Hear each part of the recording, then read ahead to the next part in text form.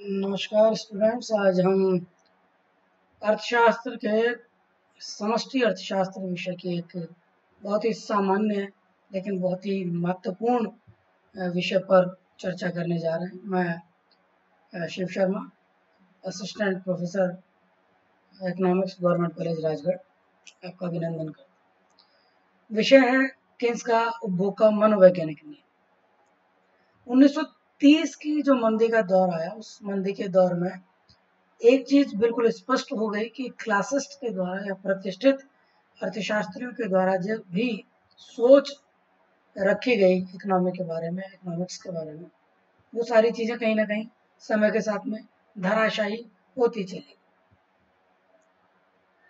1930 की मंदी के बाद में केन्स ने ये बताया कि निश्चित तौर पर किसी भी इकोनॉमी को चलाने के लिए ये जरूरी है कि इकोनॉमी में मनी फ्लो, लेकिन केवल मनी फ्लो होना ही अपने आप में बहुत सूटेबल चीज नहीं है। उन्होंने कहा कि ये संभव है कि गवर्नमेंट के द्वारा इकोनॉमी में मनी फ्लो किया जाए, पैसा जनरेट किया जाए, लेकिन स्वाभाविक तौर पर मानवीय एक प्रवृत्ति होती है कि व्यक्ति को जितना सोर्स ऑफ अर्निंग होता है, जितना प्राप्त होता है, शायद वो उतना या उतनी मात्रा में, जितनी मात्रा में उसकी आय के स्तर बढ़ते हैं, उस स्तर पर वो अपने उपभोग या यूं कहें कि अपने खर्चों को नहीं बढ़ाते। इसी बात को इंगित करता हुआ उनका जो है मनोवैज्ञानिक नियम है, जो ये कहता है कि ये एक मनोवैज्ञानिक धारणा है, जो उनके उपभोग फलन का भी मूल आधार है।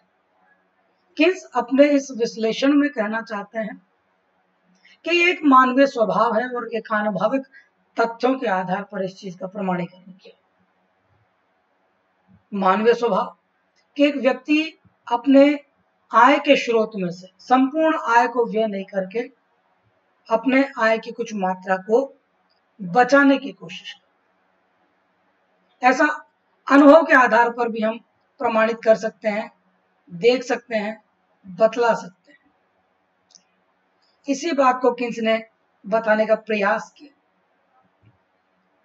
केन्स बताते हैं कि सीमांत उपभोग प्रवृत्ति सदैव धनात्मक होती है, जो यह है कि आय में होने वाली संपूर्ण वृद्धि उपभोग नहीं कर ली जाती, और यही कारण है, सीमांत उपभोग प्रवृत्ति का धनात्मक होने का कारण यही है कि जब आय बढ़ती है तो व्यक्ति उस अनुसार अपने उपभोग को नहीं बढ़ाता, और ये भी है कि अगर आय का स्तर कम होता है तो व्यक्ति अपने उपभोग को भी उसी अनुपात में घटाता भी नहीं। ऐसा इसलिए होता है क्योंकि उपभोक्ता दो तरीके की चीजें फील करता है।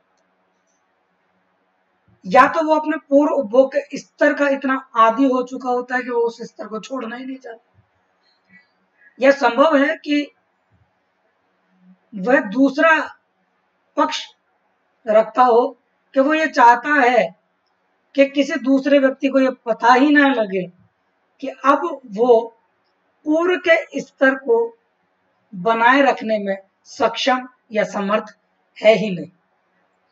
केन्स कहते हैं ऐसा।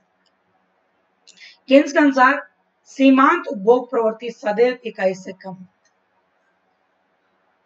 सीमांत उपभोग प्रवृत्ति का मतलब है उपभोग में होने वाली परिवर्तन की दर। यदि उपभोग में होने वाली परिवर्तन की दर इकाई या इकाई से अधिक होगी या इकाई से कम हो, दोनों ही चीज। अगर इकाई से कम है तो इसका मतलब है कि उसकी आय में जितना विस्तार हो रहा है, व्यक्ति उतना उपभोग नहीं कर रहा है, यानी कुछ मात्रा बचा है। लेकिन अगर इकाई से ज्यादा है तो इसका मतलब तो ये हुआ कि साहब वो उधार लेकर कहीं से अपने उपभोग की या अपनी संतुष्टि को बनाए रखने का प्रयास करता।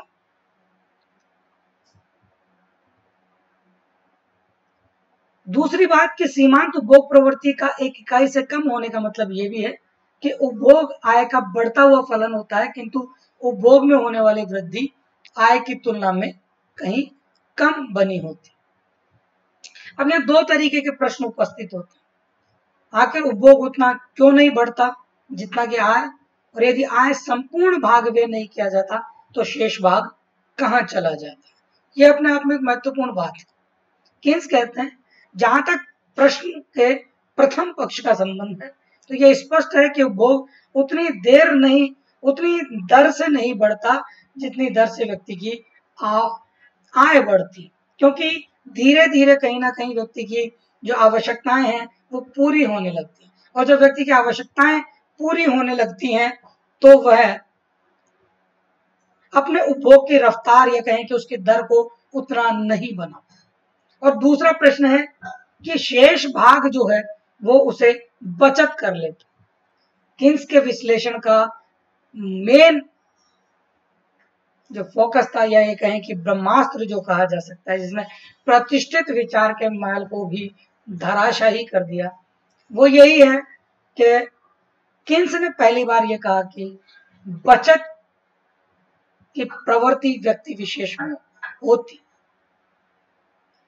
जबकि क्लासिस्ट ने ये माना कि अर्थव्यवस्था में बचत जैसी कोई संभावनाएं नहीं होती, और अगर कुछ भाग बचा भी लिया जाता है तो वह निश्चित तौर पर स्वतः ही वापस ही निवेश के माध्यम से इकोनॉमी में आ जाता, जबकि इस बात का जवाब किन्स बाद में देते।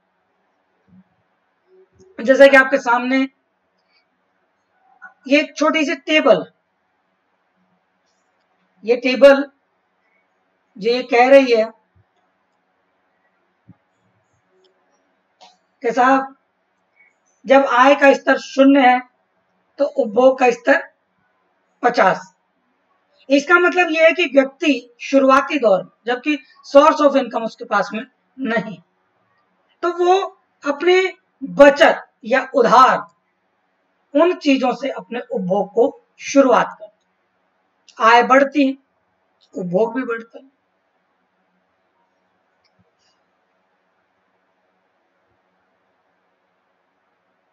जैसे जैसे उसकी आय बढ़ती है, आप देखिए यह मार्जिनल प्रोपेंसिटी टू कंज्यूम जो है, यानी सीमांत जो दर है वो एकदम स्थिर है, और एपीसी जो है वो लगातार गिरती है। ये किन्स के उपभोग फलन का विचार है, जो ये कहता है कि अल्पकाल में यद्यपि उपभोग की सीमांत जो दर है वो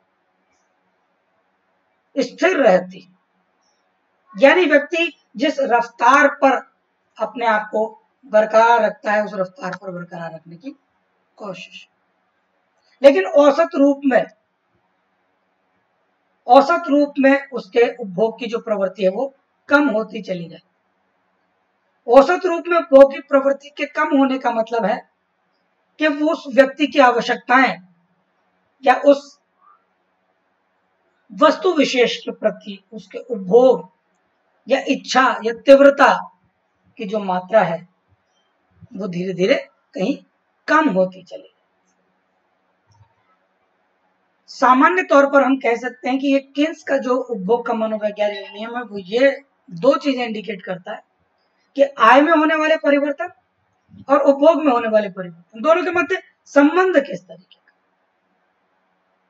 क्या आय के बढ़ने के अनुसार ही हमारे उपभोग में वृद्धि हो जाती है, या दूसरा पक्ष ये है कि आय तो बहुत बढ़ रही है साहब लेकिन उपभोग की रफ्तार वैसी नहीं। क्यों नहीं है, कहां चला जाता है वो पैसा, तो उसके दो रीजन, धीरे धीरे आवश्यकताओं की पूर्ति होना, औसत रूप में उसकी उपभोग की प्रवृत्ति का गिरना, और दूसरी चीज उसका बचत हो जाना, किसका, उसकी आय का। तो ये जो सारी चीजें हैं ये उपभोग का किन्स का जो है मनोवैज्ञानिक नियम है। आप सभी लोगों ने इस वीडियो को ध्यान से देखा, सुना, इसके लिए आप सभी का बहुत बहुत धन्यवाद।